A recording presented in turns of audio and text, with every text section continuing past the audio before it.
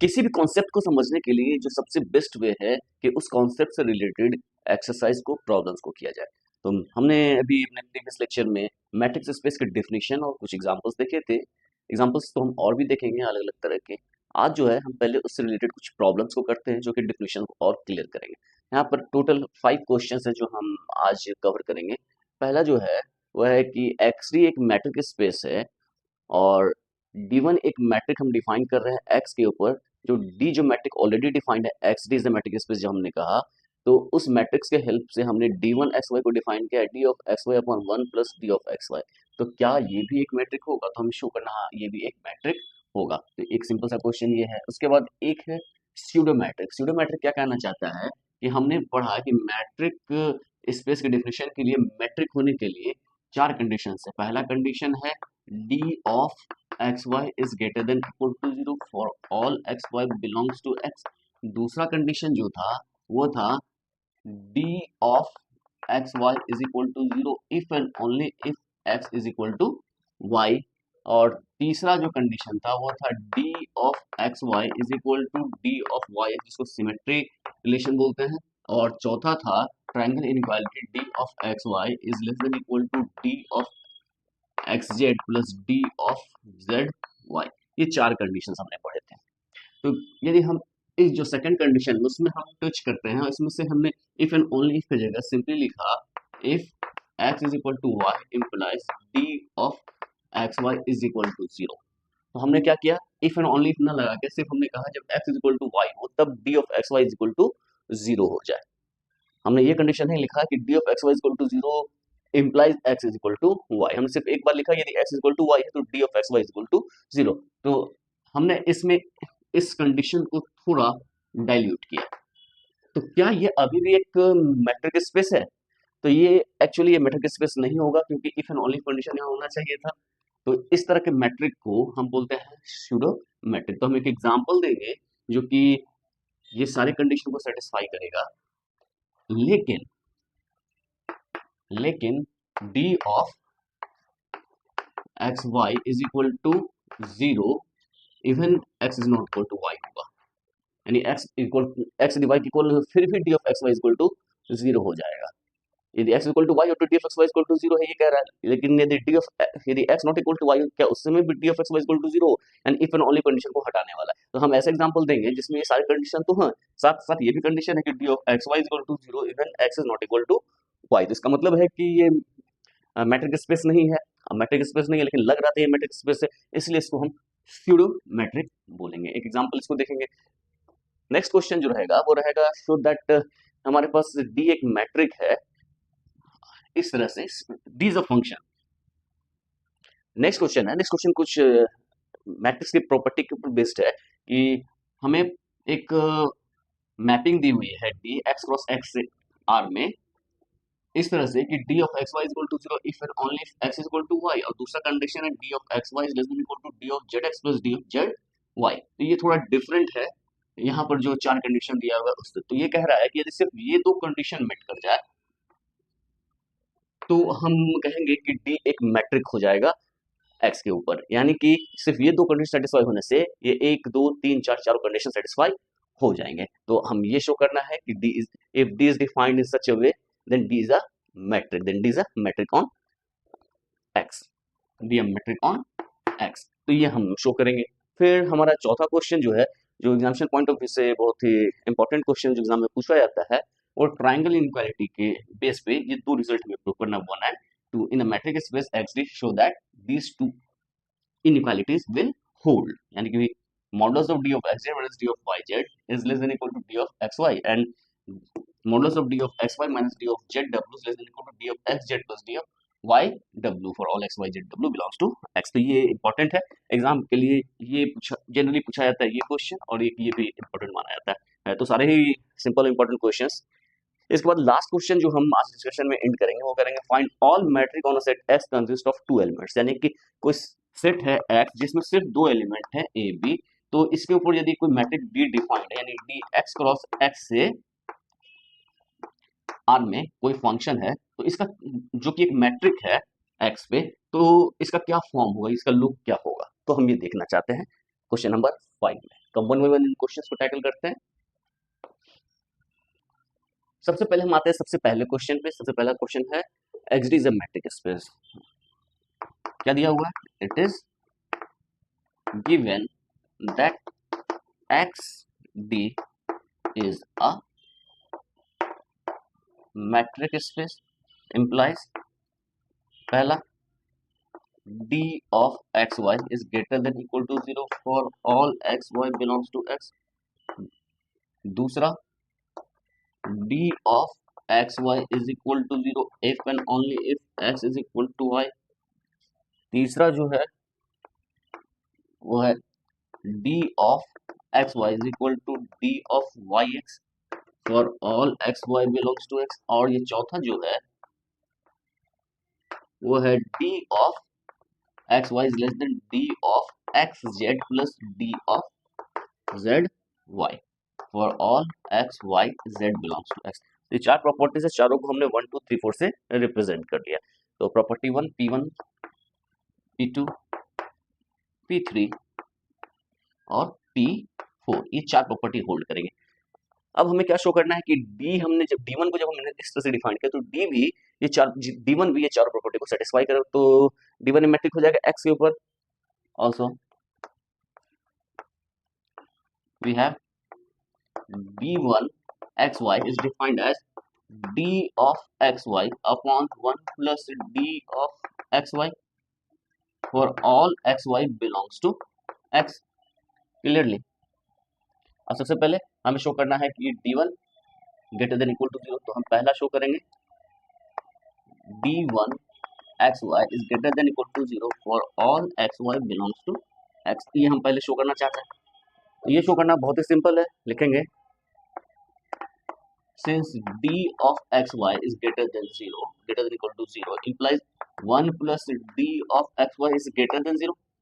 यदि ये greater than equal to 0 है तो 1 plus d of xy तो 1 plus ये quantity greater than equal to 0 है तो 1 plus ये क्वांटिटी तो greater than 0 होगी।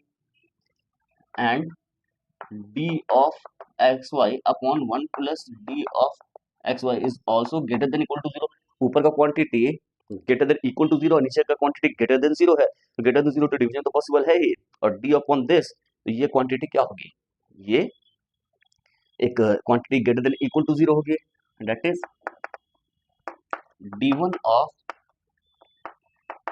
xy is greater than equal to 0 for all xy belongs to x। तो हमने ये बहुत ही सिंपल सा था using property 1 since d1 xy greater than equal to किस लिए कहां से हो रहा है? p1 से हो रहा है। अब आते हैं नेक्स्ट सेक्शन पे। अब नेक्स्ट पुट करना चाहते हैं d1 xy is equal to 0 if and only if x is equal to y। तो जब भी if and only if है तो एक को एज्यूम करते हैं दूसरे को प्रूव करते हैं। हम सपोज करते हैं let d1 xy is equal to 0। This implies d of xy upon 1 plus d of xy। d1 of xy को हमने सीधा डिफाइन किया, this is equal to 0। This implies d of xy is equal to 0। Actually d of xy है क्या? इसमें confusion नहीं होना चाहिए। d of xy d is the function from x cross x into r, मतलब d of xy एक real number है। Real number है तो रियल नंबर जैसे ये भी रियल नंबर है, ये भी रियल नंबर है, ये भी रियल नंबर है। तो जो रियल नंबर से ये इक्वेशन बना है तो अब रियल नंबर्स के ऊपर जो सारी चीजें होती है वो से हम आसानी से वो सारी चीजें इसके ऊपर होल्ड करेंगे। तो d of xy upon 1 plus d of xy is equal to 0 ये imply क्या कर देगा? d of xy is equal to 0 and this implies x is equal to y। Conversely let x is equal to y। हम conversely करते हैं x is equal to y, हमें prove करना है d1 xy is equal to 0 implies d of xy is equal to 0 by property 2। यहाँ कैसा है? by property 2। यहाँ पर property 2 से if and only if condition था कि d of x is equal to y होगा तो d of xy is equal to 0 होगा। this implies 1 plus d of xy is equal to 1 and d1 xy is equal to d of xy upon 1 plus d of xy is equal to 0 upon 1 plus 0 यानी कि 0 upon 1 is equal to 0। Hence या फिर हम लिख सकते हैं therefore d1 xy is equal to 0 if and only if x is equal to y। हमने देखा d1 of xy is equal to 0 implies x is equal to y और सबने सेकंड में देखा यदि x is equal to y है तो d1 x Y zero आ रहा है, तो हम इसको डायरेक्टली लिख सकते हैं therefore d1 xy is equal to zero if and only x is equal to y. अब हम थर्ड सेक्शन को प्रूव करते हैं जो कि और भी सिंपल है सिमेट्री का। थर्ड में प्रूव करना चाहते हैं कि d1 xy is equal to d1 yx for all xy belongs to x। हम ये शो करना चाहते हैं, ये सिंपल तो बहुत आसानी से होगा। We have d1 xy is equal to d of xy upon 1 plus d of xy। ये क्या होगा? अब जो कि d मैट्रिक है तो ये तो सिमेट्रिक होगा ही। This is dy x upon 1 plus d of yx। क्यों? Since by property 3 d of xy is equal to d of yx for all xy belongs to x, ऐसा है। और ये जो क्वांटिटी है इसको हम क्या लिख सकते हैं? d1 yx for all xy belongs to x। तो हमने ये प्रूफ कर दिया। अब हम लास्ट में प्रूफ करना है वो है क्या है? Triangle inequality for d1।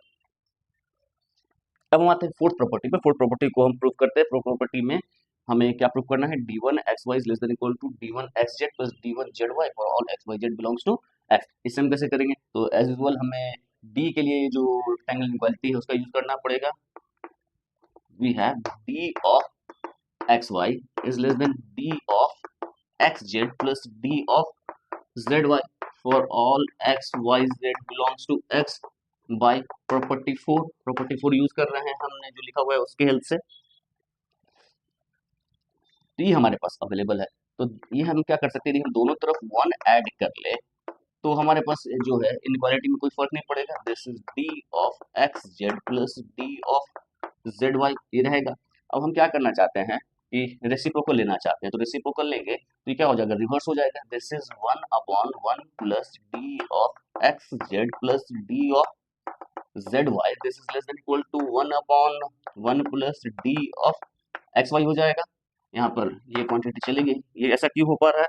हम जानते हैं कि यदि 2 लेस देन इक्वल टू 3 है तो 1 अपॉन 2 जो है वो ग्रेटर देन 1 अपॉन 3 हो जाएगा, रिवर्स हो जाता है। या फिर इसको लिख सकते हैं 1 upon 3 is less than equal to 1 upon 2, ये हो जाता है। ये हमने ये प्रॉपर्टी है रियल नंबर्स के साथ। नेक्स्ट जो है वो हम क्या करना चाहते हैं कि सपोज कीजिए कि एक क्वांटिटी है 0.5, एक क्वांटिटी है 0.6। तो यहाँ पर जो है इनक्वालिटी क्या होगी? दिस होगी 0.5 0.6, आर्बिट्री कोई भी ले, 0.6 या 0.7 ही ले लेते हैं। अब 1 में से 0.5 को घटाएं और 1 में से 0.7 को घटाएं तो कौन बड़ा कौन छोटा होगा? तो जैसे ही इसको करेंगे तो इनक्वालिटी रिवर्स कर जाएगी। वन में से छोटी क्वांटिटी घटाते हैं और एक 1 में से बड़ी क्वांटिटी घटाते हैं, तो 1 में से छोटी क्वांटिटी जो घटाएगी वो ज्यादा बड़ी हो जाएगी 1 में से बड़ी क्वांटिटी घटाने के रिस्पेक्ट में। यानी कि यहाँ पर फिर इनक्वालिटी क्या हो जाएगा? रिवर्स कर जाएगा। तो हम क्या करते हैं? 1 में से बड़ी क्वांटिटी घटा रहे हैं वो छोटा हो जाएगा। 1 upon 1 plus d of x Y is less than equal to 1 minus this is 1 upon 1 plus d of x Z plus d of Z y हो जाएगा। ये बहुत सिंपल सा है। अब हम आते हैं इसको सिर्फ सिंप्लीफाई करते चले जाते हैं। ये क्या आएगा? This is 1 plus d of x y minus 1 upon 1 plus d of x y and this is less than equal to, इसको सिंप्लीफाई करेंगे तो क्या होगा? 1 plus d of x Z plus d of Z Y is 1 plus d of x Z plus d of y z d of Z y minus 1। तो 1 1 cancel होगा। For all x Y z belongs to x, ऐसा होगा। This imply d of x Y upon 1 plus d of x y and this is less than equal to d of x Z plus d of Z y upon 1 plus d of x Z plus d of Z y for all this quantity. ये तो बहुत ही simple था। अब इसको हम लिख सकते हैं this is d1 of x Y is less than equal to, तो हम क्या करते हैं? इसको अलग कर देते हैं। d of x z whole upon 1 plus d of x Z plus d of Z y plus d of Z y upon 1 plus d of x Z plus d of Z Y, ये हम लिख सकते हैं। For all x Y z belongs to x. अब इससे हमें क्या मिलेगा? इसको हम गौर से देखें। इसको क्या लिख सकते हैं? d1 x Y is less than equal to, अब ये जो क्वांटिटी है d of x z upon 1 plus d of x Z plus d of Z Y, तो यहाँ पर एक्स जेड है, यहाँ पर एक्स जेड है 1 plus d of x Z, क्योंकि हमें d1 ऑफ एक्स जेड चाहिए। यदि हम इसको रिमूव कर दें तो हमारे पास क्या आ जाएगा, तो इसको हम रिमूव करेंगे तो ये जो क्वांटिटी है वो घटेगी या बढ़ेगी, और बढ़ जाएगी, तो राइट हैंड साइड और बढ़ जाएगा, तो this is less than equal to D of x z upon 1 plus D of x z. हम जानते हैं कि पॉजिटिव क्वांटिटी है, तो जो डिनोमिनेटर है, डिनोमिनेटर में हम क्वांटिटी कम कर रहे हैं, तो जिसे डिनोमिनेटर में कम करेंगे यानी कि वो जो है होल क्वांटिटी क्या हो जाएगी, बढ़ जाएगी। इसके बाद इसको हम क्या लिख सकते हैं, d of Z Y is equal to 1 plus D of Z y, क्योंकि हम जो है यहाँ पर डी ऑफ एक्स जेड कर रहे हैं, फिर अगेन वही आर्गुमेंट है कि डिनोमिनेटर को हम छोटा कर रहे हैं तो जो रेशियो है वो बढ़ता चला जाएगा for all x Y z belongs to x. और ये क्या इंप्लाई कर रहा है, this is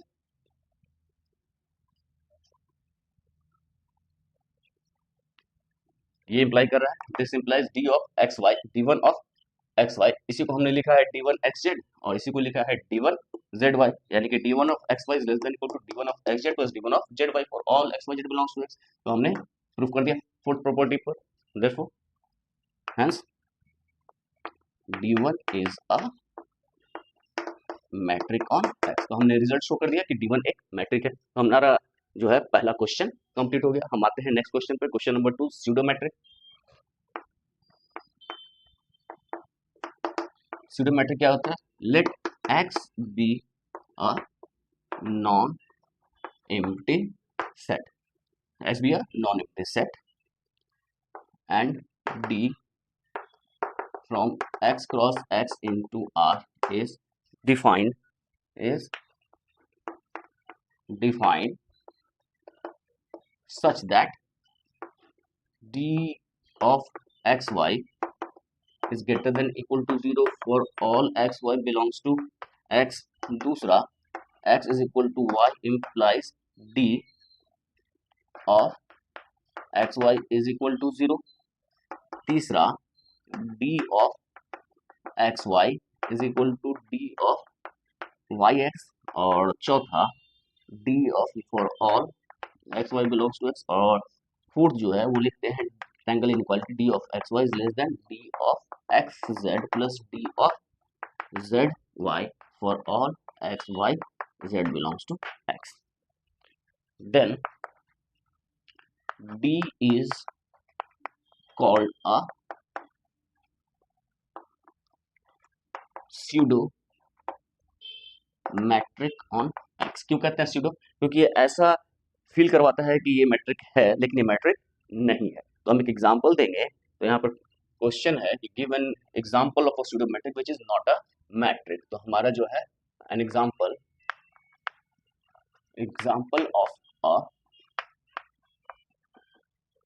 pseudo metric which is not a metric. तो हम एक एग्जांपल देते हैं स्यूडो मैट्रिक का जो कि मैट्रिक नहीं है। तो हम कंसिडर करते हैं जो मैट्रिक नहीं है, मैट्रिक होने के लिए कंडीशन क्या है, यहाँ पर if x is equal to y imply करे d of x y is equal to 0 and d of x y is equal to 0 imply करे x is equal to y। तो ये जो इफ एंड ओनली पे ये second condition था इसे ही हमने remove किया है। तो हम ऐसा चाहते हैं कि d of x y 0 हो जाए even though x not equal to y। तो वैसे एग्जांपल में ये सारी प्रॉपर्टी तो सेटिस्फाई करेंगे, x इक्वल टू y तो d of x y equal to 0 हो जाएगा, लेकिन d of x y is equal to 0 तभी भी होगा जब x not equal to y हो। Let us define a matrix D from R cross R square to R as D of x1 y1 comma x2 y2 is equal to mod of x1 minus x2 for all x1 y1 x2 y2 belongs to R square. अब क्या define किया है, d of x1 y1 comma x2 y2 is equal to modulus of first coordinate, modulus of first coordinate के रूप में हमने define किया। Then first ये जो है d of xy x1 y1 comma x2 y2 is greater than equal to 0 for all x1 y1 x2 y2 belongs to r square. क्यों, क्योंकि ये मॉडुलस है, मॉडुलस इसकी value greater than equal to 0 होगी, तो पहला प्रॉपर्टी तो आसानी से सेटिस्फाई कर दिए। क्यों? Since modulus is greater than equal to 0, ये रियल नंबर है, मॉडुलस है। दूसरा क्या होगा? दूसरा है डी ऑफ, हमारे पास जो कंडीशन दी हुई है डी ऑफ x1 y1, और दूसरा जो है हमें लेना है कि x1 y1 is equal to x2 y2। ये क्या इंप्लाई करेगा? This implies x1 is equal to x2 and y1 is equal to y2। ये क्या इंप्लाई करेगा? ये इंप्लाई करेगा mod of x1 minus x2 is equal to 0। और ये क्या इंप्लाई करेगा? This implies d of x1 y1 comma d of x2 y2 is equal to 0, क्योंकि यही वैल्यू है इसकी, तो ये 0 हो गई। तो हमने देखा कि x1 comma y1 is equal to x2 y2 है, तब d of x1 y1 comma d of x2 y2 क्या हो जा रहा है? 0 हो जा रहा है। अब यहाँ पर देखते खास बात है, फिर for 2, 3 and 2, 4 d of 2, 3, 2, 4 is equal to mod of 2 minus 2, यानी कि 0, जो फर्स्ट कोऑर्डिनेट उसी का डिफरेंस का मॉड ले रहे हैं, तो ये 0 आ रहा है। Even though 2, 3 is not equal to 2, 4 order पे इक्वल होंगे जब उनके कॉरस्पॉन्डिंग कंपोनेंट्स इक्वल होंगे, यानी कि फर्स्ट जो कोऑर्डिनेट्स वो सेम होना चाहिए, सेकंड कोऑर्डिनेट भी सेम होना चाहिए। तो फर्स्ट पोजीशन पे जो एलिमेंट है उसके फर्स्ट पोजीशन के इक्वल है, लेकिन सेकंड पोजीशन का एलिमेंट जो सेकंड पोजीशन के इक्वल नहीं है।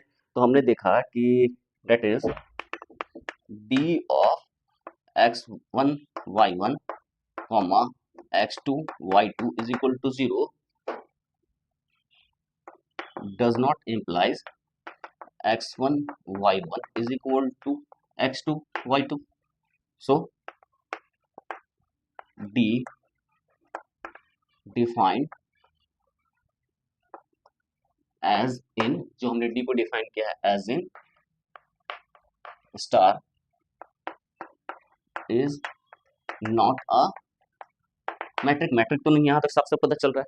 अब हम दूसरे थर्ड और फोर्थ प्रॉपर्टी को हम देखना चाहते हैं कि थर्ड फोर्थ प्रॉपर्टी सेटिस्फाइड हो रहा है कि नहीं। तो हम सपोज करते हैं हमारे पास जो थर्ड प्रॉपर्टी है वो क्या है? D of x1 y1 comma x2 y2, इसकी वैल्यू क्या हो जाएगी? This is mod of x1 minus x2 and d of x2 y2 comma x1 y1, इसकी वैल्यू क्या हो जाएगी? Mod of x2 minus x1, which is same as mod of x1 minus x2 cube, since mod of x is equal to mod of minus x for all x belongs to R।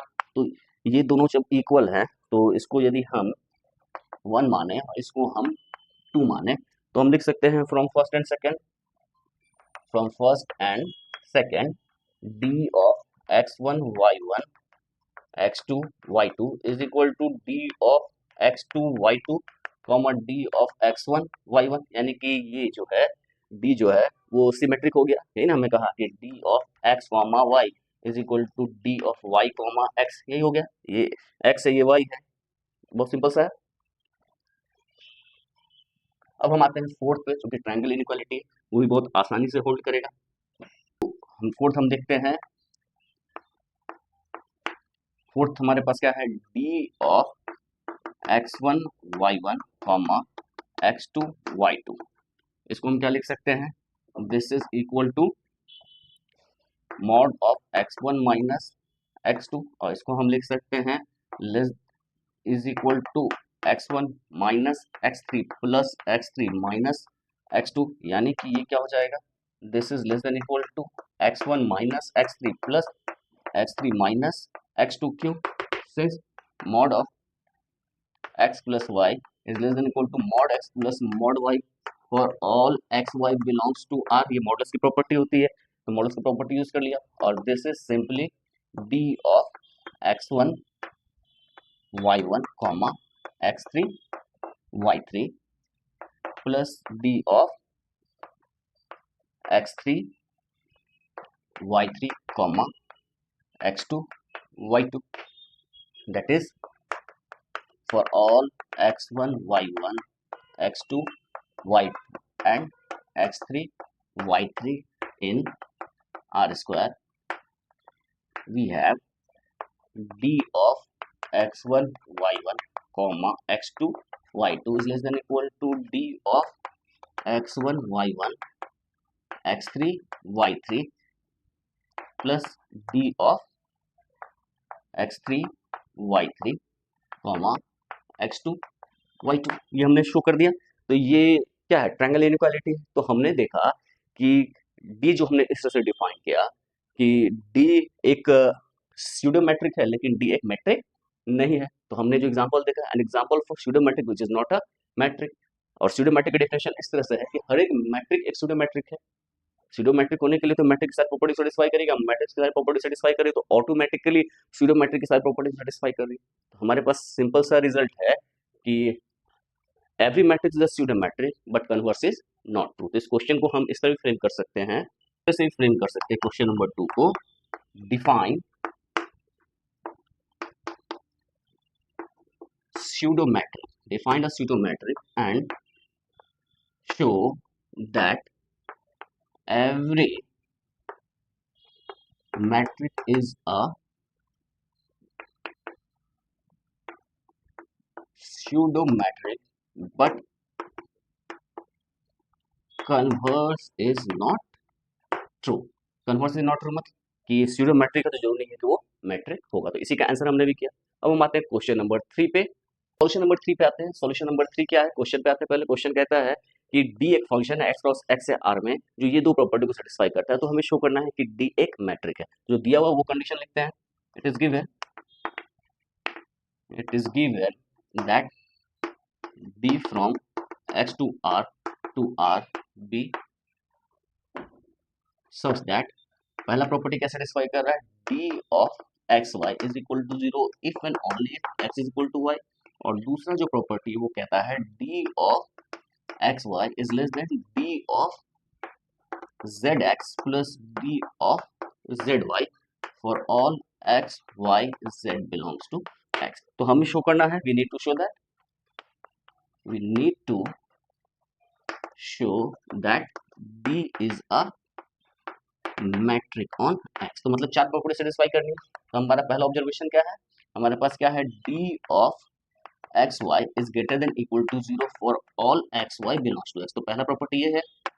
हम इस b के लिए हमें चार property satisfy करनी है। पहला, d of x Y is greater than equal to 0, d of x Y is equal to 0 if and only if x is equal to y, d of x Y is equal to d of yx। और चौथा है d of x Y is less than d of xz plus d of zy।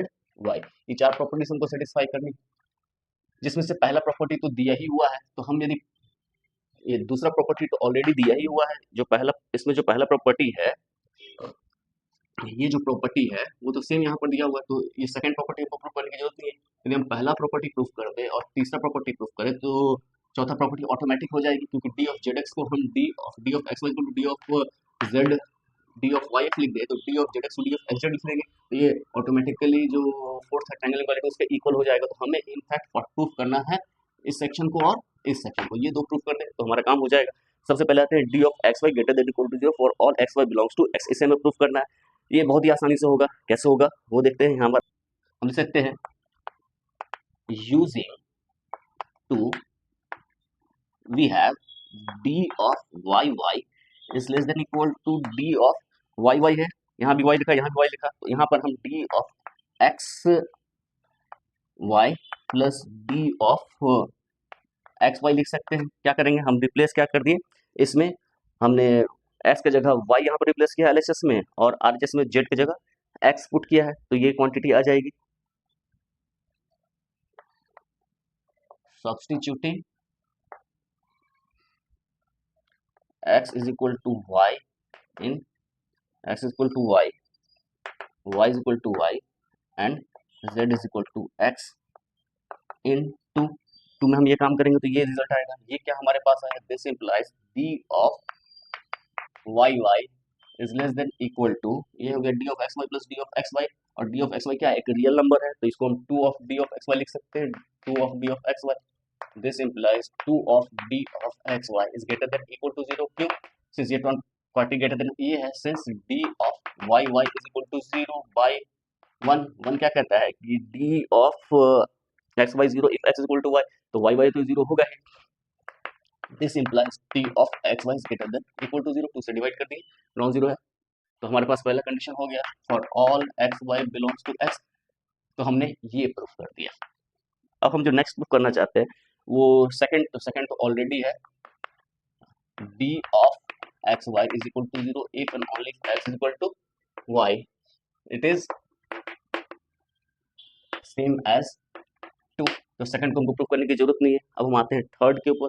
Third property क्या कहता है, अब हम आते हैं थर्ड जो सिमेट्रिक प्रॉपर्टी है, D of x Y is equal to D of y x for all x Y belongs to x, ये हमें शो करना है। तो ये शो करना है, हमारे पास ये दो कंडीशंस दी हुई, इन दो कंडीशन के हेल्प से इसे शो करना है। तो हमारा जो सेकंड है हमारे पास क्या है, from two we have from two क्या है, D of x Y is less than equal to D of Z x plus D of Z Y. तो ये हमारे पास दिया हुआ है for all x Y z belongs to x, ये हमारे पास इस 2 से अवेलेबल है। हम क्या करते हैं, z को y से रिप्लेस करते हैं, तो हमारे पास क्या होगा, this implies d of x Y is less than equal to d of y x plus d of y Y.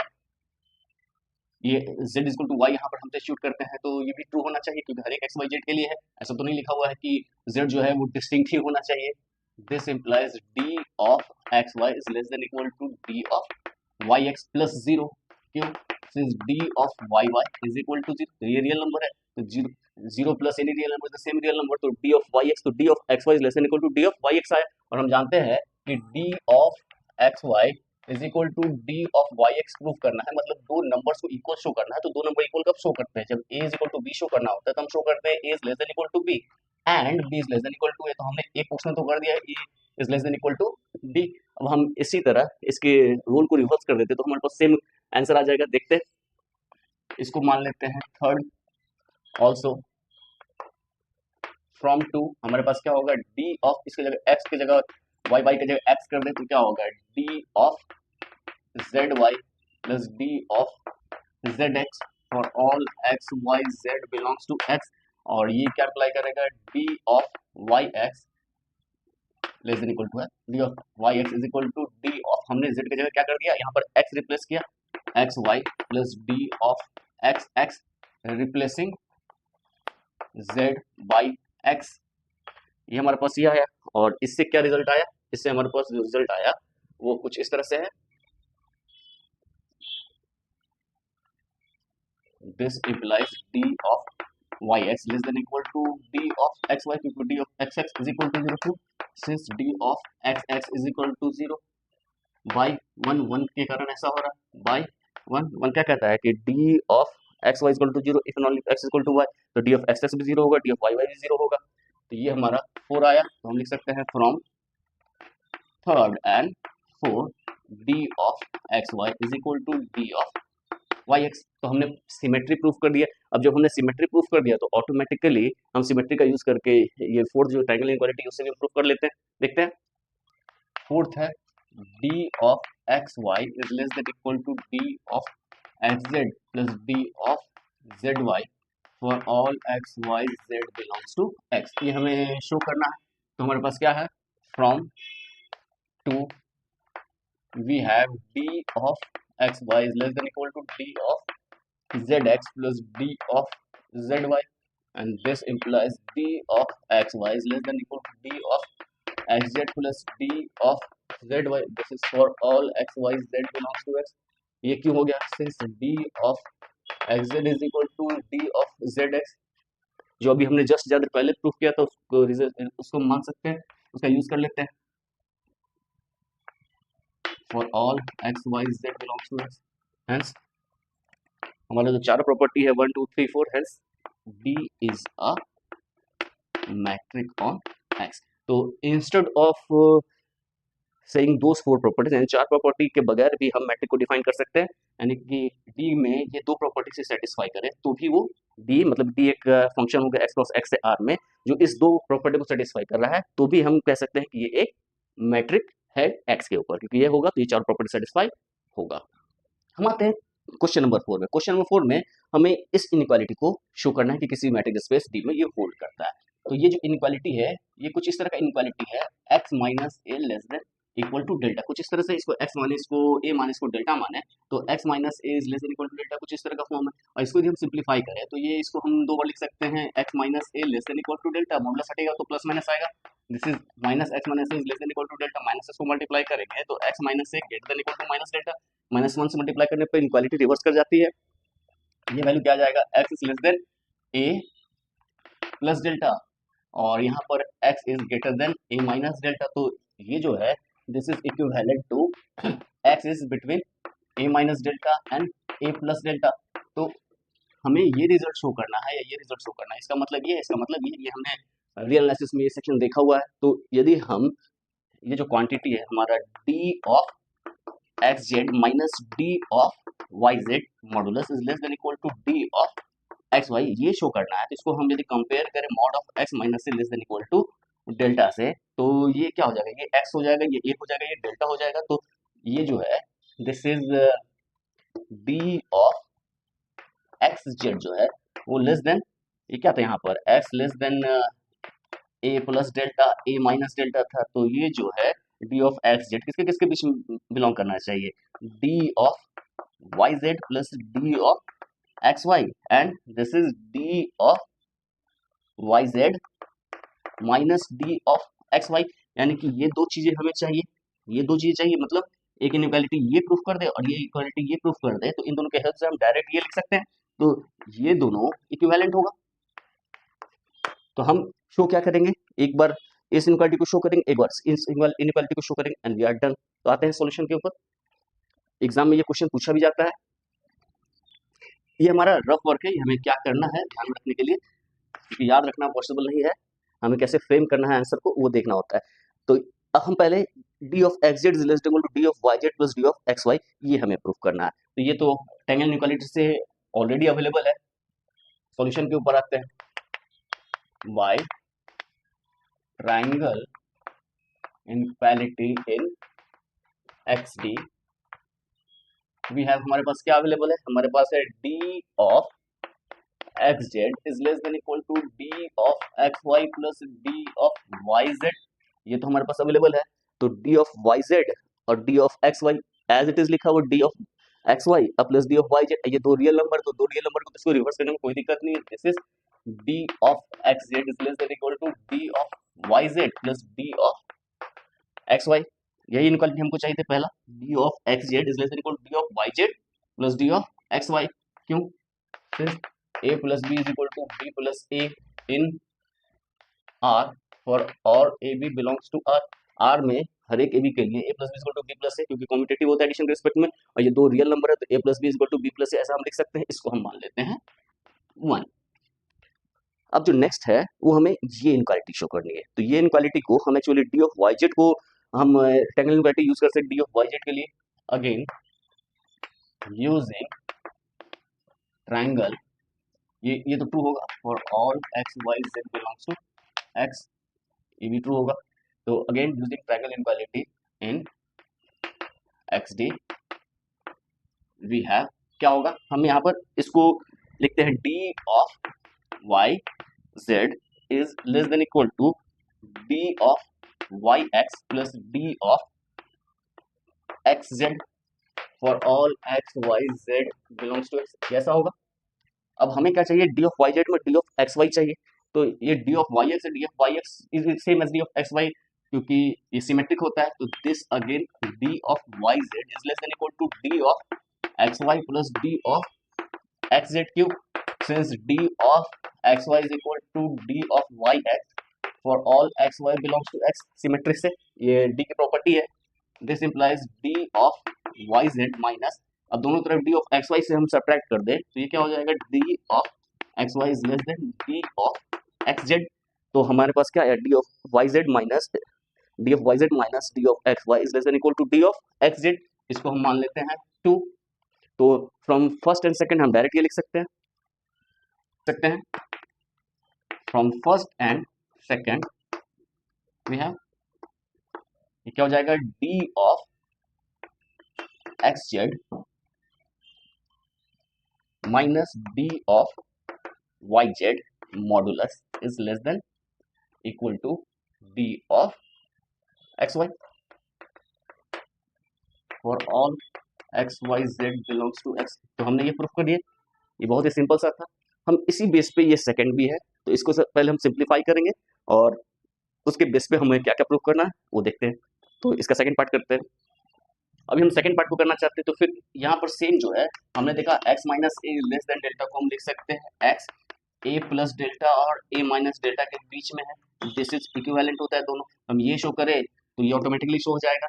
तो हमें ऐसा इसको इस फॉर्म में लिखना चाहते हैं, तो ये जो क्वांटिटी है इसको यदि हमें प्रूफ क्या करना है, d of x y minus d of Z डब्ल्यू modulus is less than equal to d of x Z plus D of Y डब्ल्यू, ये हमें शो करना है। मतलब इसको हम x माने, इसको a माने, इस टोटल को डेल्टा माने, तो less than equal to delta, तो x a प्लस डेल्टा और a माइनस डेल्टा से कंपेयर करें तो x क्या हो गया, d of x y less than equal to a क्या हो गया, ये हो गया d of Z W plus delta क्या हो गया, d of x Z plus d of Y डब्ल्यू।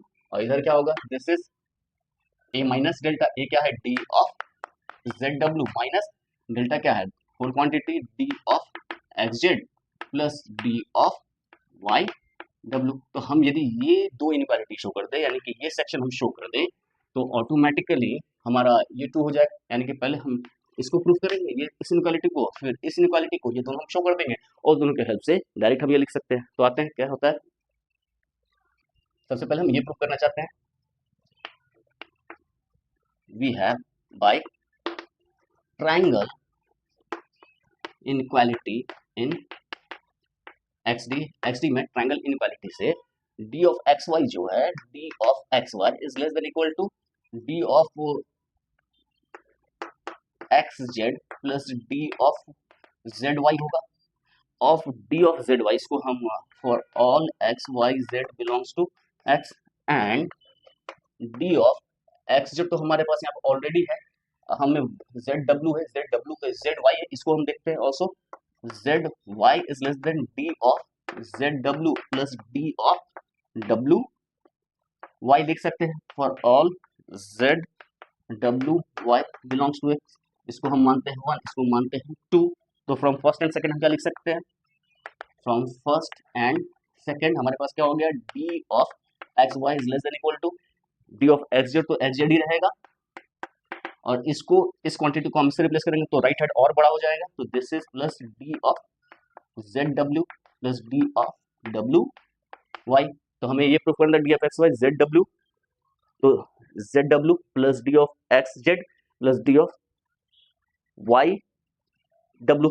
तो डी ऑफ वाई डब्ल्यू को डी ऑफ डब्ल्यू वाई लिख सकते हैं, तो इसको हम रिप्लेस कर देते हैं, this implies d of x Y is less than equal to, इसको इस फॉर्म में हम पहले लिख लेते हैं, डी ऑफ जेड डब्ल्यू लिखते हैं, d of Z W plus D of x Z, d of x Z plus ये हमारा क्या है, D of W Y.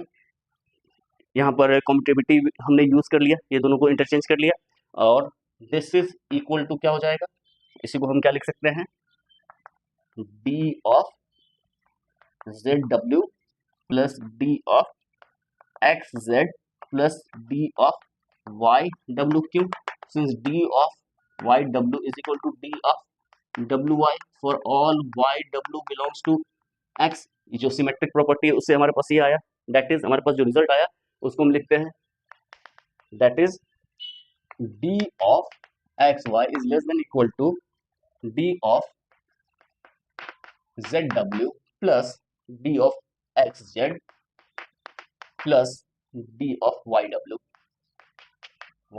For all x Y Z W belongs to x.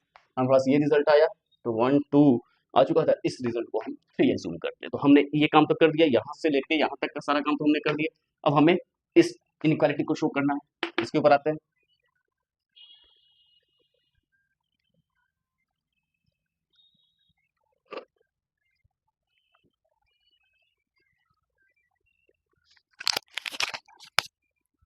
D of x y,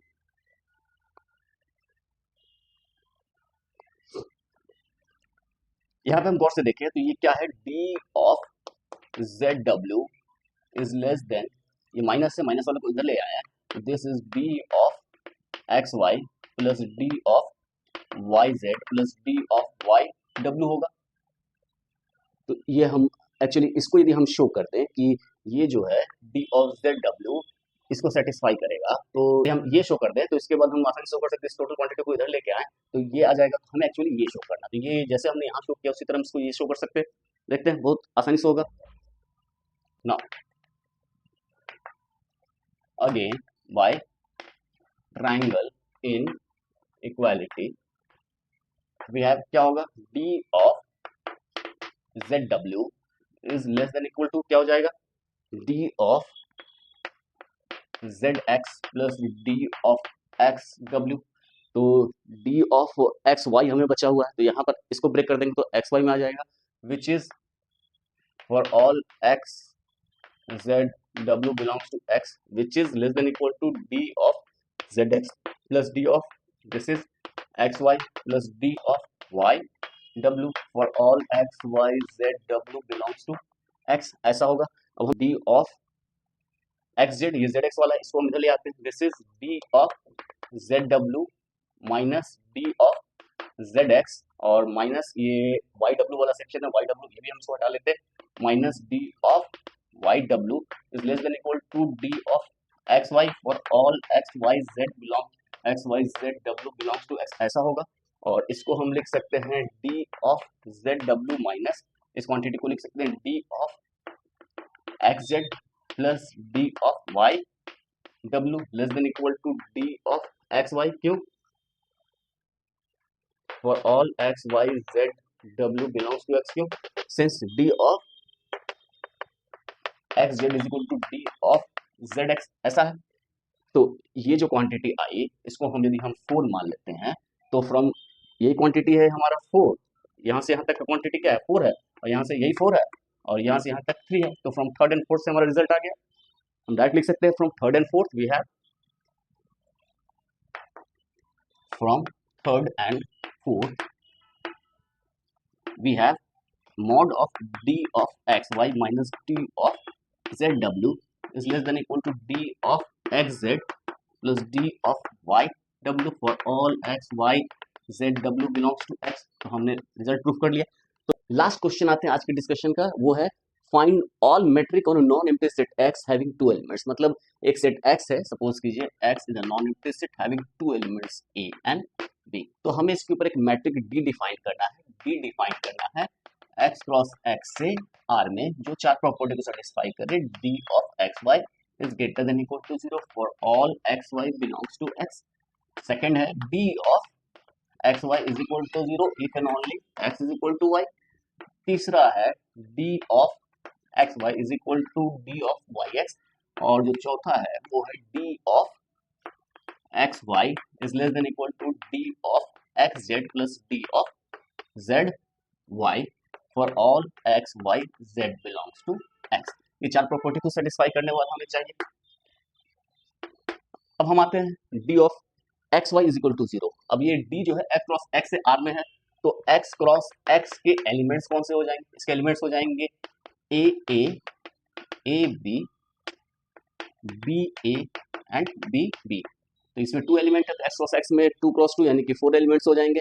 अब 4 element है, इसके ऊपर हमें function define करना है, कौन कौन सा, डी ऑफ ए की वैल्यू चाहिए, तो इसके अकॉर्डिंगली सेकंड से इसको तो 0 ही होना पड़ेगा, डी ऑफ बी बी ये भी 0 होना चाहिए, और D of a b is equal to D of b a होना चाहिए थर्ड से। तो इन दोनों का यूज करके हमें ये वैल्यू आई, इसको 1 यूज करें तो इसकी value greater than equal to 0 होनी चाहिए, इसकी value greater than equal to 0 होनी चाहिए।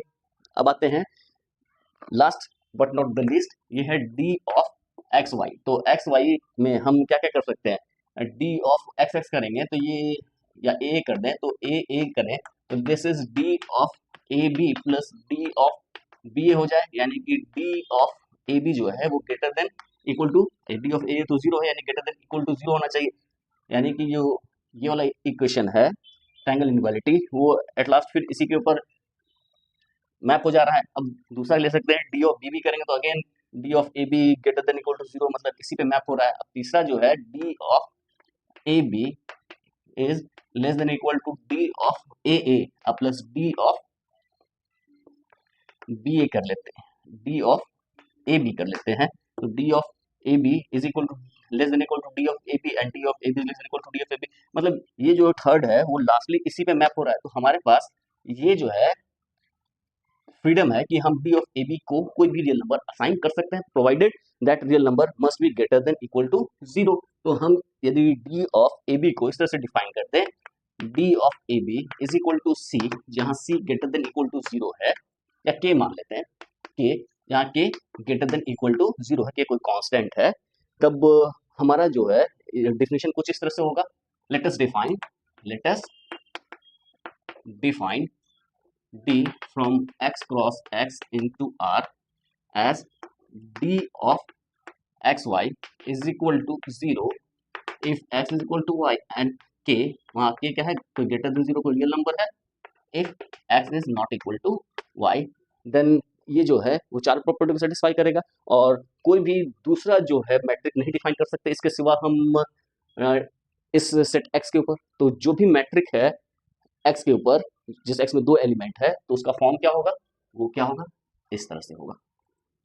तो बहुत ही सिंपल सा क्वेश्चन था, इसी को हम एक्सटेंड कर सकते हैं कि find all metric on non set x having one element. जब x में सिर्फ एक ही एलिमेंट हो तब किस तरह का मैट्रिक उसके ऊपर डिफाइन हो सकता है। बहुत ही सिंपल है, आप इस पे सोच सकते हैं।